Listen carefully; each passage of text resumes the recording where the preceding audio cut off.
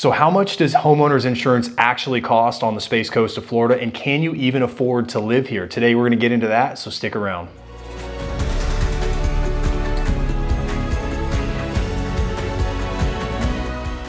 Hey, what's up guys?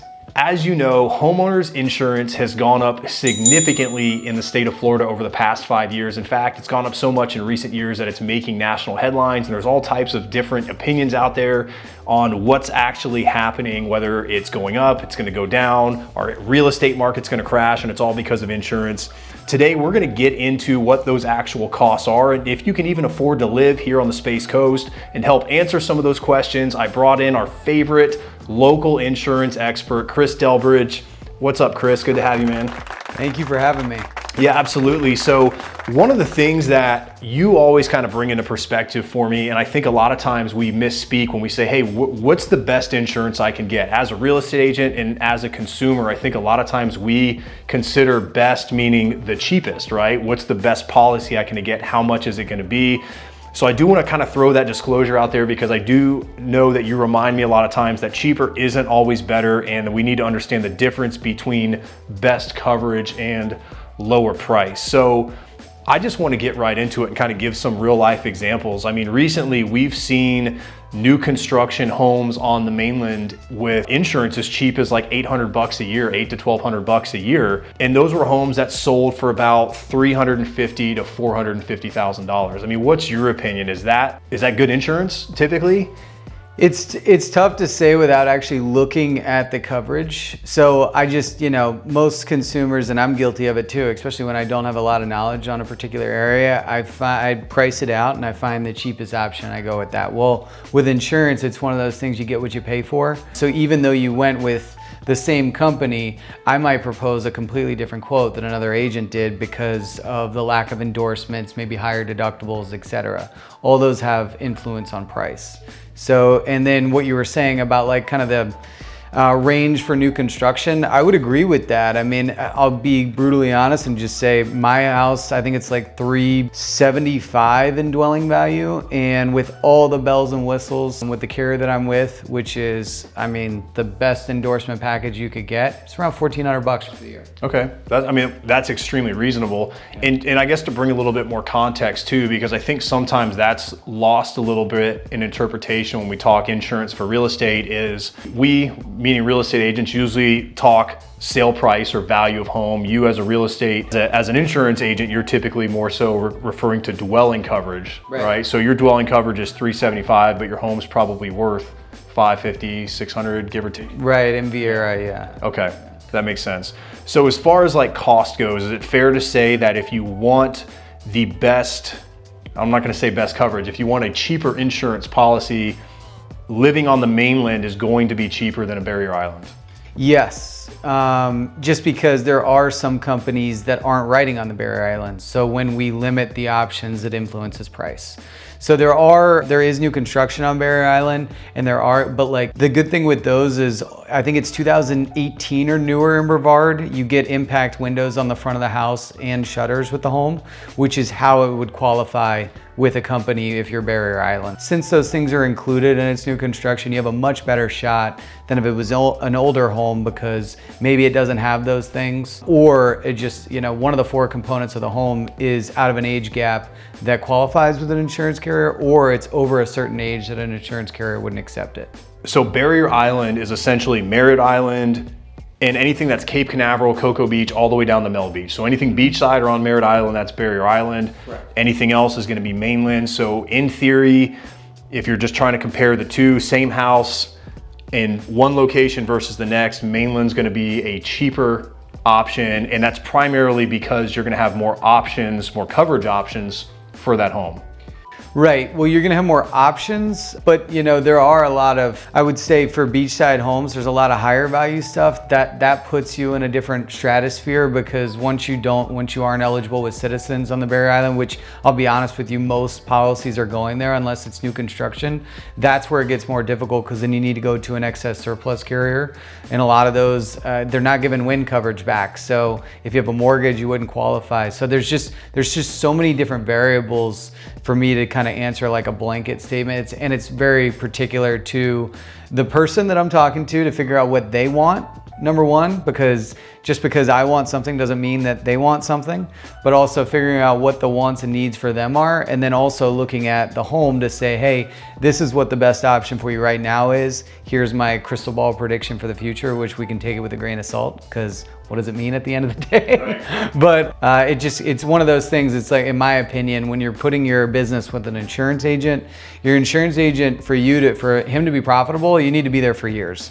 So if you come in on price, you're gonna leave on price. I put somebody with the best coverage for them, and we figure it out along the way, because what is right now, it will change in years, because there will be more options which will help with pricing, to long-winded answer to what you asked. No, fair enough, fair enough. Mainland, cheaper than Beachside. Let's talk resale for a moment, meaning an existing home, let's say a 40-year-old home on the mainland. I'll give an example that we had recently. This was a 1980s, I believe, mid-1980s built home. Sale price was around $450,000. It was in Titusville, so it was on the mainland. Now this, I think, had a 20-year-old roof, had some deferred maintenance. I want to say the water heater might have been 15 to 20 years old, had some other things. I believe the only reasonable option for that house, not because of location, but because of the home itself and some of the maintenance items, was Citizens. And that policy came in at like $3,900 a year. And it seems like that was mostly driven due to a lot of the things that the house needed. So in theory, if somebody buys a home like that, and then within year one, they decide, I'm gonna replace the roof, maybe I'm gonna do new windows or some types of hurricane shutter, replace the water heater, anything else that the insurance company is going to look at as a hazard. On year two, they should be able to get that house re-inspected and then potentially apply for new insurance and essentially get something that's significantly lower in theory. Yes. Okay. I would say year one, you obviously have inspections in front of you. And then year two, the insurance agent would have that information in front of them. We could go over like if you've updated anything and kind of see what the market looks like at that time to see if there's any opportunities. I hope next year is better than this year, but chances are it's probably not gonna be. I think the year after that is gonna be a different story. But I think there's just so much recouping from non-profitability from insurance carriers. Even this year, going into next year, might not be that big of a change. Right. So it's one of those, like, anyone tells you that they can predict the future, they're lying. Because if I knew that we were gonna be here today versus, even a month ago, 2 months ago, there's been so much change. I mean, there's been companies that we've used a lot recently that all of a sudden aren't writing in certain zip codes. And when those options aren't there, what do I keep saying? You keep limiting options that influences price. So just don't look at your neighbor's insurance, because it's one of those things, ignorance is bliss. The brand new business guidelines and eligibility are what you would need if you've been non-renewed, canceled, or you're buying a new home and you need new insurance. Those are the rules that you got to play by, and those aren't as relaxed as if you're getting a renewal and comparing it on that. Absolutely. So we looked at what I would say is the extreme best case scenario. We looked at kind of maybe a mid-range scenario if you're buying an older home on the mainland. What if somebody's looking, they want to be beachside, they're looking at, say, something in, between Satellite Beach, Indian Harbor Beach, that it's mid-century home built in the 50s, 60s, 70s, and it's, probably a $500,000 to $600,000 home, and maybe the roof's, let's say the roof's 10 years old. They're probably gonna have to go with Citizens, right? And I know you can't really give me a price based on that, but in a situation like that, what have you seen just in terms of an actual premium amount? It is tough to give a price on that. I'd say when you get a wind mitigation and you see like how the roof connects to the home itself, if it says toenails or level A, which is like the length of the nail, you're gonna pay more than what it would be for newer construction, which, I mean, my home was built a year ago and it's C for the nail length. I don't know the exact nail length because I only see these inspections. And then single wraps instead of toenails, which is a much stronger connection. So those impact, because it basically shows the insurance carrier these credits. It's like, oh, okay, well, it's a 1970, 1980s house, but it's a 2019 roof, and here's how it connects. So it shows the insurance carrier on how it attaches the home is stronger, in which they will give you credits for in that wind mitigation inspection. So let's say this house that I hypothetically said didn't have all that, and it's just like barely insurable. Yeah. $8,000 a year? I don't think it's going to be that high, honestly. I mean, Citizens rates are fluctuating right now because they're supposed to go to actuary rates, which we've already kind of seen it, which for, the past few years, while the admitted market has been in shambles, Citizens has been the result.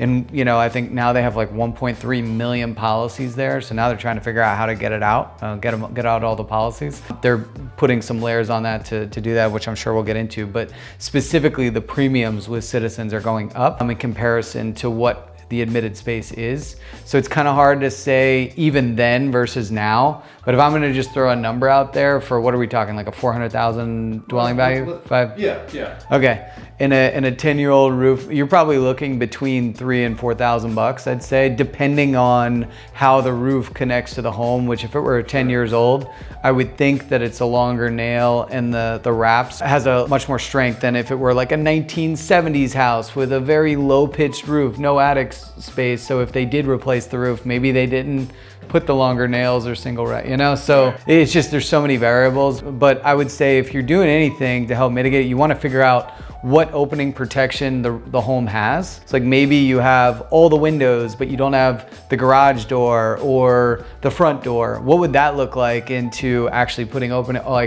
openings? So every sliding glass door, every window, the front door, your garage door, if all those are hurricane impact, that would give you opening protection credit, which will save you on your insurance for years to come. That makes sense. All right, so worst case scenario, you can't even get insurance, right? Right. That's worst case scenario, and you see that happen. Yeah. I mean, where does that typically fall in place? If you find something that is uninsurable, right? It's essentially, if somebody's buying a home, if you're buying a home with a mortgage, that home has to be insurable, right? It has to have wind coverage. Yes. So if you're buying a home that's on a barrier island and it's above, is it 700,000 dwelling? If it's above 700,000 dwelling, it does not qualify for Citizens. Right. At that point, if you can't get wind coverage, you're not able to finance the home. Correct. I see that the biggest layer of that would be if it's a secondary seasonal or investment property, which, I mean, this is just my opinion. Why would somebody have over a 700,000 dwelling for an investment property? You know what I'm saying? Like, probably use that for myself. That's just my world, but but that would be the layer of, if it's a primary home, it'd be much easier than if it were secondary seasonal or specifically investment. That makes sense. So speaking of that, traditionally, if we're looking cost of insurance, a single family home that you're going to occupy is, I'm sorry, not single family, I'm jumping ahead. Your primary residence is typically going to be easier to insure than, say, a vacation home, a second home, or even a rental property, correct? Correct, yeah. For an example, if you're buying an investment property and you're going to do an annual rental, pretty much everyone does that. Once you shorten the term of the rental, that starts to disqualify options. Right. And then where if we couldn't get wind coverage, we would normally go to Citizens to get the wind coverage, but if it's less than an annual term for the rental, Citizens is not eligible. So that's why it's tough right now, because specifically since Ian and Nicole last year, all the excess surplus carriers that I would go to do that if the admitted space isn't there, aren't offering wind coverage on Barrier Island right now. So essentially, once again, the less coverage options there are, the more price is going to be. Yeah, okay. So if we're going to break it down to the, let's say, 3 property classes, single family, townhome, and condo, I think a lot of people recently were saying, hey, because the cost of insurance has gone up so much, I'm going to go buy a townhome because my insurance is going to be cheaper. And that's kind of shifted as well, right? Yeah. A little bit, yeah. I'd say the trickiest one right now is the townhome, specifically because you never know and I've been under contract with the townhome specifically, and then found out there was gray area if the HOA covers the exterior walls and or roof. That is the most important thing, I think, when you're purchasing a townhome, because once you figure that out, you can figure out what type of policy you need for your insurance. So if the HOA covers the exterior walls and the roof, that's what you want to look for. That's going to give you the best insurance coverage options, which again, when I say that, I mean best price. It's going to give you more coverage options, which is going to make your premium lower. Right, and then when that is the case, usually they outsource that to a property management. In most cases, they don't do that in-house.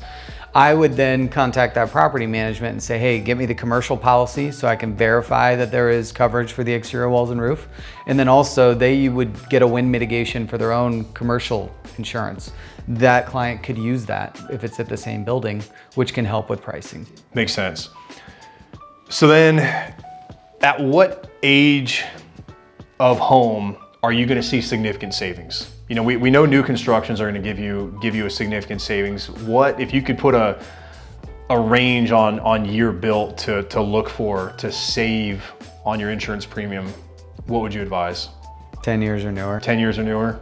All right, so 2013 is going to be the year that we tell you to look for. If you find a home that's 10 years new, that's going to save you the most amount of money on the insurance. This is May 2023 for reference. So if you're watching this at a later time, just make sure you kind of look for that 10-year window. And so to recap, we've seen that insurance can be as low as $800 a year on single family homes here in Brevard County. We've also seen it could be $6,000, $7,000, who knows, $8,000 a month if you can even get insurance in other areas. So the bottom line is, if you guys have questions about your insurance, if you want to know what you can actually afford, definitely reach out to us. We would love to help you with that. We help people from all over relocate here to the Space Coast. And if you guys want to talk to Chris and get those insurance questions answered, or even have him look over your existing policy or a policy that you're shopping, I've got his contact information down in the description as well. You can call, text, or email us. And if you guys want to know some significant improvements you can make to your home to mitigate higher insurance costs, then you can check out this video right here. I'll see you there.